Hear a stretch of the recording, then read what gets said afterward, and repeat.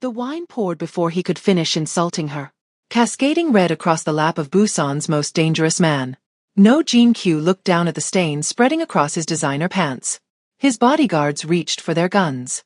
Phones rose everywhere. Rose knew her life just ended. But instead of rage, he smiled. Slow. Hungry. Deadly. Finally, he whispered. Someone with fire. That smile changed everything. Before we dive into this absolutely explosive story, do me a quick favor. Hit that subscribe button for Ebony and Pearl stories right now. It takes 2 seconds, and you'll never miss these jaw-dropping stories that'll have you up at 2 a.m. yelling at your screen. Don't be that person who watches for free and ghosts us. We see you. Show some love and smash that button. Now, let's get back to the chaos. The wine didn't spill by accident. It poured with purpose. A dark red flood cascading across the lap of the most dangerous man in Houndy. The bottle tipped forward, and Bordeaux splashed across No Jin-Q's designer pants, soaking into expensive fabric, dripping onto the velvet booth, staining the intricate tattoos visible through his half-unbuttoned black shirt. Crystal chandeliers froze mid-glitter. Silverware halted. Conversations died. Every guest, every waiter, every breathing soul in the sapphire room held their breath as Rose Woodman stood tall, bottle still tilted, eyes locked on the tattooed king whose name made grown men tremble. But Jin-Q didn't explode. Didn't stand. Didn't reach for the knife everyone knew he carried. He just looked down at the wine spreading across his clothes, then slowly, dangerously, lifted his eyes to hers. And smiled. Not angry. Not embarrassed. Hungry. Finally, he whispered, voice cutting through the silence like a blade. Someone with fire. Phones rose like witnesses at an execution. Recording started. Flashes blinked. And Rose's life shattered into a million viral pieces. Rose's hand didn't tremble from the act itself. It trembled from 12 years of swallowing disrespect. 12 years of being invisible while serving the visible. 12 years of watching entitled men speak to her like she was furniture with a pulse, and saying nothing. Until tonight. The wine bottle had felt like a grenade in her hand. And she'd finally pulled the pin. 15 minutes earlier, everything had been normal. The sapphire room gleamed like a jewel box. Marble floors polished to mirrors, white orchids arranged in crystal vases, floor-to-ceiling windows framing Houndy Beach like a postcard of impossible wealth. Rose entered through the staff doors with a tray of polished wine glasses, her feet aching from a double shift, her mind already calculating tips, rent, next semester's tuition payment. She was 26, exhausted, and invisible. Just another face in the machine. Her grandmother's voice echoed in her mind, the woman who'd raised her in a tiny kitchen in Savannah, Georgia, teaching her that hard work and dignity went hand in hand. Baby girl, you work hard, you keep your head high, and the world will make space for you. Rose had believed that once. She'd moved to Korea chasing opportunity, chasing culinary school, chasing the dream of opening her own restaurant someday. But after 2 years of grueling shifts and condescending customers, she'd learned the world didn't make space for people like her. It made them smaller. The sapphire room was elite dining at its finest. Velvet booths, chandeliers dripping crystal, a dress code stricter than most countries' borders. The kind of place where a single bottle of wine cost more than Rose's monthly rent. She moved through the restaurant like a ghost, refilling glasses, clearing plates, absorbing insults in 3 languages. Exhausted. Composed. Invisible. Until the front doors opened. And the temperature dropped. 3 black sedans pulled up outside. Rose noticed because everyone noticed. Conversations dropped to whispers. Managers straightened ties. Security stiffened near the exits. Then he walked in. No Jin-Q. The name alone made experienced servers flinch. He moved through the sapphire room like he owned the oxygen. And technically, rumor said he owned half the businesses in Houndy, legal and otherwise. Tailored black suit. Chest tattoos crawling up his neck like smoke. Sharp jaw. Sharper eyes that swept the room with the bored assessment of a predator in a petting zoo. His entourage followed, bodyguards with scarred knuckles, suited men with expressions carved from stone, assistants in designer who looked like they'd seen things that would break normal people. They claimed the entire VIP section. And Rose was assigned to serve them. She should have known then. Should have felt the storm building. Rose approached with the Bordeaux he'd ordered, professional smile fixed in place, tray balanced perfectly despite her screaming feet. Jin-Q didn't glance at her. Just flicked his fingers dismissively at his men and said in Korean, assuming she wouldn't understand. She's new. Hands too soft. Americans always think they can serve in places like this. Laughter rippled through his crew. Low, knowing, cruel. One of them leaned closer, smirking at Rose like she was a curiosity in a zoo. Pretty though. Pet pretty. More laughter. Rose's grip on the bottle tightened. Her jaw locked. Jean Q still didn't look at her, like she wasn't worth the effort of acknowledging. That's enough, Rose said quietly, her Georgia accent cutting through their amusement. Now his eyes lifted. Cold. Sharp. Calculating. You warn me? He asked softly, leaning back against the velvet booth. Little waitress? He smiled. Testing, cruel, dripping with contempt. Maybe you don't understand how things work here. People like you. Rose tipped the bottle. Red wine poured like judgment, splashing across his lap, soaking into his pants, staining the intricate dragons inked across his chest. The restaurant exploded in gasps. Chairs scraped. His men lunged, one reaching for a gun tucked in his jacket, another grabbing for Rose's wrist, another already pulling out his phone. But Jean Q raised one hand. A single gesture. They froze like statues. He stared at the wine spreading across his clothes, then lifted his gaze to Rose's face with an expression she couldn't read. She expected fury. Violence. The end of everything. Instead, that smile. Slow. Dangerous. Consuming. Finally, he murmured, eyes locked on hers like she'd just become the only thing in the room that mattered. Someone with fire. The moment stretched. Phones captured every angle. Flashes lit up the darkness gathering in his eyes. The manager rushed over, face pale with terror. Mr. No, I am so. Jean Q silenced him with a look. He stood slowly, wine dripping from his clothes, and pulled out a thick envelope from his jacket. Dropped it on the table. For the cleanup, he said calmly, his voice carrying the weight of absolute authority. Then he pointed at Rose. And for her shift. She's done. Rose's adrenaline spiked. I didn't ask you to. I didn't say it was a favor. He turned to leave, his entourage falling into formation like a military unit. Then he stopped, looked back over his shoulder.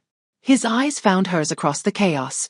You, he said softly, but every person in that restaurant heard him. I'll see again. Not a question. Not a threat. A certainty. He walked out, leaving Rose standing there, trembling, as the restaurant erupted into whispers, shocked faces, and dozens of phones recording her destruction. The video would hit the internet in 7 minutes. Her life would explode in 10. And in a penthouse across the city, no Jean Q would watch the recording 27 times before sunrise, studying the exact moment a waitress refused to bow. If you can't stand people like Jean Q who treat service workers like they're beneath them, hit subscribe right now. Comment what time you're watching this. I want to know if you're team morning, afternoon, or late night story binge. Only people who think disrespect is acceptable won't subscribe. Don't be that person. Rose didn't wait to be escorted out. She ripped off her apron, threw it on the nearest table, and walked through the sapphire room with her head high, even as every eye in the restaurant tracked her like she was a grenade with a pin pulled. The manager chased after her, his voice shrill with panic. Rose. Miss Woodman. You can't just. She spun on him in the marble lobby, fury still burning in her chest. I quit. You don't have to quit, we can discuss. I quit. She pushed through the glass doors into Houndy's neon-soaked night, the humid air hitting her like a wall. Her hands shook. Her heart hammered. Behind her, through the windows, she could see phones still raised, recording, immortalizing the moment she'd thrown away everything she'd worked for. Grandmother would be so disappointed. The thought hit harder than anything Jean Q could have said. The bus ride home was 43 minutes of hell. Rose collapsed into a seat near the back, her phone clutched in trembling hands. The first notification popped up as the bus pulled away from the curb. Then another. And another. Her screen glitched under the weight of incoming alerts. Texts, emails, social media mentions flooding in faster than her phone could process. She opened Twitter with shaking fingers. Hashtag Winegate was trending. Worldwide. Hashtag Who Is She sat at number 2. Hashtag Houndy Mafia climbed to number 5. The video was everywhere. Dozens of angles. Slowed down. Zoomed in. Remixed with dramatic music and commentary in 7 languages. 2.4 million views. 5.1 million views. 8.7 million views. The numbers climbed like a slot machine spinning out of control. Rose scrolled through the comments, her stomach twisting into knots. Finally someone put these arrogant men in their place, clapping hands, clapping hands, clapping hands. She just signed her death warrant. Rip. Did you see how he smiled? Man is obsessed, loudly crying face. Black excellence standing up to elitism. This is what we need. She's getting deported 100%. Assault is assault. Anyone else notice he didn't get angry? He looked interested? Eyes. Rose's vision blurred. Her breath came in short, shallow gasps. What had she done? She'd just humiliated a man who owned half of Houndy's underworld. A man whose reputation was built on violence and power. A man who didn't forgive. The bus rumbled through the city, indifferent to her unraveling panic. Rose's apartment in Gwangan was barely bigger than a closet. 300 square feet of organized chaos perched on the 4th floor of a building that had seen better decades. She stumbled inside, dropped her bag, and collapsed against the door. Her phone wouldn't stop buzzing. 16 missed calls. 243 text messages. 999 plus notifications. She turned it off and pressed her palms against her eyes, trying to stop the tears that threatened to break through. I just ruined my life over a bottle of wine. A pounding on her door made her jump. Rose, open up. She recognized the voice. Hannah, her co-worker and the closest thing she had to a friend in Korea. Rose opened the door to find Hannah standing there with wild eyes and a bag of convenience store soju. Are you insane? Hannah pushed past her into the tiny apartment, speaking rapid English mixed with Korean. Do you have any idea what you just did? I know exactly what I did. Rose's voice came out hollow. Hannah dropped the soju on the counter and grabbed Rose's shoulders. No, I don't think you do. That was No Jin Q. The No Jin Q. I know who he is. Then you know he doesn't forgive public disrespect. Ever. Hannah's face was pale with genuine fear. He's unpredictable, Rose. One day he donates millions to children's hospitals. The next day someone who crossed him disappears. You're viral right now. Millions of people saw you humiliate him. Rose sank onto her futon, the weight of it all crashing down. What am I supposed to do? I don't know. Hannah sat beside her, voice softening. But you need to be careful. Very careful. Across the city, in a penthouse that cost more than most people earned in 10 lifetimes, No Jin Q sat alone in the dark. Floor-to-ceiling windows overlooked Busan's glittering coastline, a kingdom of neon and shadows that answered to him. He'd sent everyone away. No bodyguards. No assistants. No witnesses to what he was about to do. He opened his laptop and pressed play. The video started again. The 10th time tonight. Maybe the 20th. He'd stopped counting. There she was, Rose Woodman in her server's uniform, exhaustion carved into her posture, fury blazing in her dark eyes as she stepped forward. The pour itself was almost secondary to what came after. That moment when she stood her ground, trembling but defiant, and refused to apologize. That's enough, she'd warned, voice low and deadly. Jin Q paused the video, freezing her face mid-defiance. He touched the screen, fingers tracing the curve of her jaw, the fire in her expression. He should be furious. Should be calling his lawyers, orchestrating her destruction, making an example that would echo through every restaurant in Houndy. Instead, he felt alive. For the first time in years, someone had treated him like a man who could be wrong. Not an asset to manage. Not a reputation to protect. Just a man who'd been cruel and deserved consequences. A memory surfaced. Unbidden. Jin Q at 7 years old, hiding under a restaurant table while gunfire shattered the windows.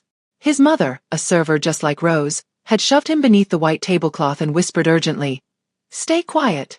Don't move. No matter what." Then she'd run back into the chaos, pulling other customers to safety while rival gang members tore through the dining room. She'd saved 6 people that night. And died doing it. The rival gang had owned the protection racket. His father's organization had tried to muscle in. The restaurant became a battlefield. And his mother became collateral damage. Jin Q had made 2 vows under that table. Never be powerless again. Never let anyone make him feel anything. Until tonight. Until a waitress with fire in her eyes had shattered 13 years of emotional armor with a single bottle of wine. Jin Q closed the laptop slowly. He stood, walked to the window, and looked out over his city. Then he pulled out his phone and dialed. "Yes, sir." His head of security answered on the first ring. Jin Q's voice was quiet. Absolute. Find her address. Sir. The waitress. Rose Woodman. I want to know where she lives, where she works, who her friends are. Everything. A pause. Right away, sir. Jean Q ended the call. Below his penthouse, 3 black sedans rolled out of the underground garage, their headlights cutting through Busan's midnight streets like predators hunting prey. He touched his chest where wine had stained his shirt, where her defiance had burned through his carefully constructed walls. And for the first time in 13 years, no Jean Q smiled like he meant it. The pounding on Rose's door came at 1:47 a.m. She jolted awake, heart hammering, disoriented in the darkness of her tiny apartment. The knocking came again. Sharp, authoritative, the kind that didn't ask permission. Rose stumbled to the door, checking the peephole with shaking hands. 3 men in black suits stood in her narrow hallway, faces carved from stone, postures screaming security detail. Her blood turned to ice. Miss Woodman. The voice came through the door, polite but immovable. Please open the door. I'm calling the police. That won't be necessary. Then the men stepped aside. And no Jean Q appeared. Hands in his pockets. Black shirt unbuttoned at the collar. Hair slightly mussed like he'd run his fingers through it. Expression relaxed, almost bored, but his eyes were sharp, calculating, dangerous. He looked directly at the peephole. Smiled. Hello, Rose. She should have kept the door closed. Should have called the police, her embassy, anyone. Instead, something reckless and furious made her unlock the deadbolt and yank the door open. How did you find my address? Jean Q's smile widened. I own half this city. Did you really think you could pour wine on me and disappear? He stepped forward. Rose didn't move, blocking the doorway with her body. You're not coming in. I'm not here to hurt you. He tilted his head, studying her like she was a fascinating puzzle. If I wanted that, you'd already be gone. The casual way he said it, like violence was just another Tuesday, made her stomach twist. But she held her ground. Jean Q glanced past her into the shoebox apartment, taking in the futon, the makeshift kitchen, the single window overlooking flickering streetlights. Then he simply walked past her. Into her home. Without asking. Hey! Rose spun around, fury overriding fear. I didn't invite you in. I know. He stood in the center of her tiny living space, hands still in his pockets, looking completely at ease. But we need to talk. His bodyguards remained in the hallway, silent sentinels. Rose slammed the door and crossed her arms. Talk fast, then get out. Jean Q pulled at his shirt collar, drawing her attention to the faint wine stain still visible on the expensive fabric. This shirt, he said quietly, cost more than your month's rent. Rose's jaw tightened. And you deserved it. Silence stretched between them. Then, unexpectedly, his expression shifted. Not anger. Something closer to amusement. Most people apologize when they cost me money. I'm not most people. No. He stepped closer, and Rose fought the urge to back away. You're not. He circled her small apartment slowly, taking in the culinary school textbooks stacked on the floor, the recipe cards pinned to her wall, the collection of mismatched dishes she'd been slowly accumulating. You're going to culinary school, he observed. Was. Past tense. Thanks to you, I'm probably blacklisted from every restaurant in Houndy. Actually, Jean Q turned to face her, that's why I'm here. I'm offering you a job. Rose barked out a laugh. You've got to be kidding. I own an establishment called the Red Orchid. Private club. Very exclusive. His eyes never left hers. I need someone to serve my VIP guests. A casino, Rose said flatly. You want me to work at your illegal casino. I prefer the term, members-only establishment. I prefer the term, absolutely not. Jean Q tilted his head, genuinely curious. Why not? Because I don't work for criminals. The words hung in the air like a grenade. His bodyguards would have heard through the door. Any normal person would have been terrified of the consequences. But Rose was exhausted, furious, and done backing down. Jean Q stared at her. Then he did something completely unexpected. He laughed. Not a polite chuckle. A full, genuine, delighted laugh that transformed his entire face. Outside in the hallway, his bodyguards exchanged panicked glances. No one said no to no Jean Q. No one called him a criminal to his face. No one laughed at his offers. But Rose just stood there, arms crossed, chin lifted, waiting for him to finish.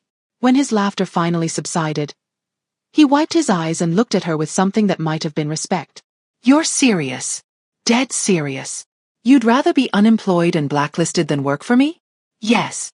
Another beat of silence. Then Jean-Q stepped closer, close enough that Rose could smell his cologne, see the flecks of gold in his dark eyes. "Rose Woodman," he said softly, "you're the most interesting person I've met in 13 years. That's not a compliment from someone like you." His smile turned sharp. "Dangerous. It's the highest compliment I give." He moved toward the door, his bodyguard straightening as he approached. Rose thought it was over. Then he paused, hand on the doorknob, and looked back. "This wasn't a request," he said quietly. "It was an inevitability. You will consider it." "I won't." "Yes." His eyes held hers with absolute certainty. "You will." He opened the door. "And Rose? You should know. My rivals saw that video too. The White Serpents have been looking for leverage against me for months. You just became very interesting to very dangerous people." The implication hit like ice water. "So if you won't work for me," Jean-Q continued, voice soft as silk and sharp as glass, "at least be careful. The world you stepped into tonight doesn't forgive mistakes." Then he was gone, his footsteps echoing down the hallway, his entourage following like shadows. Rose locked the door with trembling hands, pressed her back against it, tried to breathe. Across the street, hidden in the darkness of a closed storefront, a man lowered his camera. The White Serpent tattoo on his neck gleamed under the streetlight as he typed a message on his encrypted phone. "Found her. Guang'an District. 4th floor. Alone. Unprotected." He attached 3 photos of Rose's building. The response came within seconds. "Watch her. Don't move yet. She's more valuable if Jean-Q cares about her. Let's see how much." The man smiled. Cold. Predatory. And settled in to wait. Above him, Rose's lights finally went dark. Unaware that the danger stalking her had nothing to do with the man who'd just left. And everything to do with the war she'd accidentally walked into. If you can't stand people who think they can control others just because they have power, hit that subscribe button for Ebony and Pearl stories right now. Comment, "She should stay strong," if you think Rose deserves to make her own choices without being threatened. Only people who think intimidation is acceptable won't engage. Don't be that person. Rose returned to the Sapphire Room exactly 1 week later. Not because she wanted to. The manager had called 3 times, practically begging. They were understaffed, overwhelmed, and despite the viral incident, business had tripled. Apparently, people loved dining where drama happened. Rose needed the money. Her savings were bleeding out, and culinary school tuition didn't pause for personal crises. So she swallowed her pride, put on her uniform, and walked back into the restaurant that had witnessed her destruction. The evening shift started normally. Wealthy guests. Expensive wine. Whispered conversations. Rose moved through the dining room like a ghost, avoiding eye contact, ignoring the phones that occasionally rose to capture her. Then, at 9:47 p.m., the front windows exploded. Gunfire shattered the crystalline silence. Glass rained down like deadly snow.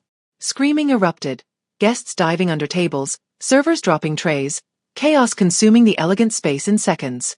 Men in black masks stormed through the shattered entrance, weapons raised, shouting in Korean. Rose's training kicked in before her fear could. She grabbed a woman frozen in shock and pulled her behind the bar. Shielded a child with her body. Dragged an elderly man away from the line of fire. "Stay down!" she shouted, her voice cutting through the panic. "Don't move!" More gunfire. The chandelier above them shook, crystals tinkling like wind chimes in a hurricane. One of the masked men pointed his weapon at the cowering guests, barking orders Rose couldn't fully process through the adrenaline roaring in her ears. Then she saw the tattoo on his neck as his mask slipped. A white serpent. Her blood turned to ice. Jean-Q's rivals. "This is because of me." The second wave of violence arrived like a storm. More gunfire, but this time from outside. The White Serpent spun toward the entrance as black sedans screeched to a halt outside the destroyed windows. Then No Jean-Q walked through the shattered glass like an avenging angel dressed in black. His men flanked him, weapons drawn, faces carved from stone and fury.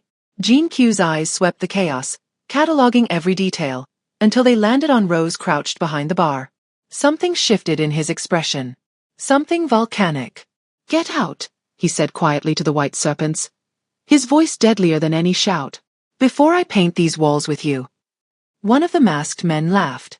We're not here for you, Jean Q. We're here for. Jean Q moved. Faster than Rose thought possible.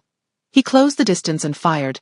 Not at the man, but at the window behind him, sending a cascade of glass that forced the serpents back. I said get out. His men advanced, a coordinated unit of controlled violence. The white serpents retreated, firing covering shots as they fled through the back exit. Then Jean Q crossed the restaurant in long strides, grabbed Rose's wrist, and pulled her behind him like she weighed nothing. Stay close, he commanded. Rose's heart hammered. I can. Stay. Close. The police arrived 6 minutes later. By then, the white serpents had vanished like smoke, and Jean Q's men had positioned themselves as concerned citizens who'd been dining nearby. The manager was hysterical. Guests were traumatized. The restaurant looked like a war zone. And Rose stood in the middle of it all, shaking but unbroken. Jean Q watched her from across the room as she gave her statement to the police. Watched how she kept her voice steady, how she checked on the guests she'd protected, how she refused to fall apart. When the police finally cleared the scene, he found her on the rooftop. The rain had started, light, misty, turning Houndy's neon lights into watercolor smudges against the night sky. Rose stood at the edge of the rooftop, arms wrapped around herself, staring out at the city that had become so dangerous. She heard him approach but didn't turn. Why are you doing this? She asked, her voice barely above a whisper. Jean Q stopped beside her, close enough that she felt his presence like heat.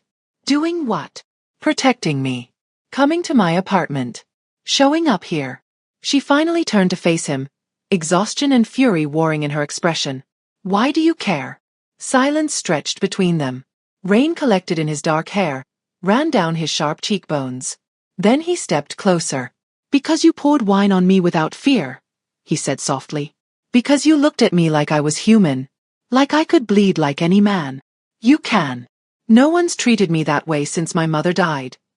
Rose's breath caught. Jean Q's jaw tightened, his eyes distant with memory. She was killed in a restaurant attack when I was 7. Rival gang warfare. She was just a server, wrong place, wrong time, collateral damage in someone else's war. His voice dropped to barely audible. I was hiding under a table. She pushed me there before she ran back to save other people. I watched her die trying to be brave. He met Rose's eyes. I vowed that day to never be powerless again. To never let anyone close enough to hurt me. Until a waitress threw wine in my face and reminded me what courage actually looks like. The space between them felt electric. Jean Q lifted his hand slowly, giving her time to pull away. She didn't. His fingers brushed her cheek, featherlight, reverent. Tell me you felt nothing when you poured that wine, he murmured, his breath warm against her lips. Tell me I'm imagining this. Rose's heart thundered in her chest. She should step back. Should run. Should do anything except stand here letting a dangerous man touch her like she was something precious. Instead, she whispered, I felt everything I wasn't supposed to. Jean Q's eyes darkened with something that looked like relief and hunger combined. He leaned in, closing the distance between them, his lips hovering just above hers. A gunshot cracked through the night. Distant but distinct. They broke apart. The moment shattered. Jean Q's entire body shifted into combat mode, his hand moving instinctively to the weapon concealed at his back. Get inside, he ordered, voice hard. But Rose grabbed his arm. Jean Q.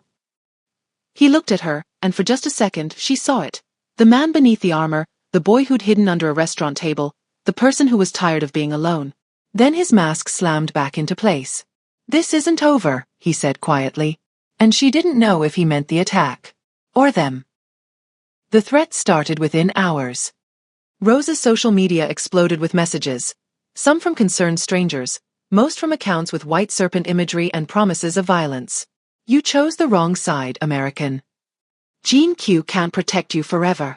Pretty face won't save you when we find you. Her phone buzzed constantly until she threw it across her apartment in frustration. The call from the Sapphire room came that afternoon.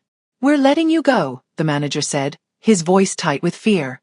For safety reasons. Yours and ours. Rose didn't fight it. She was fired. Blacklisted. Targeted by a gang. And somehow, impossibly, All she could think about was the almost kiss on that rain-soaked rooftop. Jean Q appeared at her door that evening with 2 suitcases and an expression that brokered no argument. "You're moving." Rose blocked the doorway. "Excuse me." "To a secure location. Hotel. Top floor. My men will rotate security." "Absolutely not." His jaw tightened. "Rose, the White Serpents put a price on you. 20 million won to anyone who delivers you to their territory. You're not safe here. So your solution is to lock me up?" "My solution is to keep you alive." "I won't be owned," Rose said fiercely, stepping forward until they were inches apart. "Not by them. Not by you. Not by anyone." Jean Q stared at her, frustration and something deeper warring in his expression. "Then stand beside me," he said quietly. The words hung between them like a bridge across dangerous water. "What? You said you won't be owned. Fine." He stepped closer, his voice intense. "Stand beside me. As an equal. Let me protect you not because I own you, but because He stopped, jaw clenching. "Because I can't lose you." The argument that followed was volcanic. Rose paced her tiny apartment like a caged tiger. "Your world is violence and blood and gangs. I came to Korea to build something, not destroy myself." "You think I don't know that?" Jean Q's voice rose for the first time, raw with emotion. "You think I want this for you? But they made you a target the moment you defended yourself against me. So this is my fault? That's not what He dragged his hand through his hair, frustration radiating off him. "Rose, I'm trying to keep you safe. By trapping me in a gilded cage. By giving you a choice." He grabbed her shoulders gently, forcing her to look at him. "Stay in this world with me, or I'll get you out. New identity. New country. Whatever you need to be free of this." Rose's breath caught. "You'd let me go? If it meant you'd be safe?" His eyes held hers with devastating honesty. "Yes." The confession shattered something between them. "I don't want to go," she whispered. "Then stay. I'm terrified of your world. I'm terrified of losing you." 3 days later, a rainstorm hit Busan like divine intervention. Rose stood on the hotel rooftop, the secure location Jean Q had insisted on, watching rain hammer the city into submission. She'd barely seen him since their argument. His men reported he was handling business. Dismantling something. Restructuring. She didn't know what it meant. Then the rooftop door slammed open. Jean Q stood there, soaked to the bone, hair plastered to his face, chest heaving like he'd run the entire way. "I cut ties," he said without preamble. Rose's heart stopped. "What?" "The violent operations. The protection rackets tied to civilian businesses. The partnerships with groups like the White Serpents." He walked toward her through the rain, water streaming down his face. "I dismantled it. All of it. Jean Q. You changed me." His voice cracked with raw emotion. "The night you poured that wine on me, you woke something up that I'd buried for 13 years. And I don't know how to undo it. I don't want to undo it." Rose's hand rose to her mouth, tears mixing with rain. He stopped in front of her, vulnerable in a way she'd never seen. "A life with me will never be completely safe," he said quietly. "I can't promise you normal. I can't promise you easy. But I can promise you honest. And I can promise it's yours, if you want it." Rose reached up, touching his rain-slicked cheek with trembling fingers. "I want it," she whispered. Then she pulled him down and kissed him. The kiss was everything the rooftop almost moment had promised and more. Intense. Electric. Inevitable. Jean Q's arms wrapped around her waist, pulling her against him like she was oxygen and he'd been drowning. Rose's fingers tangled in his wet hair, 13 years of his walls and 12 years of her silence burning away in the space between their lips. Rain pounded around them. Thunder rolled across the sky. And 2 people who'd been alone for far too long finally found home in each other. When they finally broke apart, breathless, Jean Q pressed his forehead to hers. "I won't protect you," he murmured. "I'll stand with you." Rose smiled, fierce and bright. "I won't be kept behind you. I stand beside you. Equal footing." "Equal footing," he agreed. 2 weeks later, Rose walked into the Red Orchid for the first time. Not as a server. As Jean Q's partner. The underground casino was elegant chaos. Velvet and gold, danger and luxury intertwined. His men lined the entrance, and as Rose passed, they bowed. Not mockingly. With genuine respect. Jean Q walked beside her, his hand resting lightly on her lower back, and leaned close to whisper. The night you poured that wine, you woke me up. Rose looked up at him, her smile sharp and certain. Good, she said. Stay awake. The neon lights of the red orchid flickered overhead like sparks igniting their future. Dangerous, uncertain, but undeniably theirs. Together. If you believe love should be about standing together as equals, not one person owning the other, hit that subscribe button for Ebony and Pearl stories right now. Comment equal partnership if you think Rose made the right choice. Only people who think control and possession are romantic won't engage. Don't be that person. Show some love and let's keep this fire burning.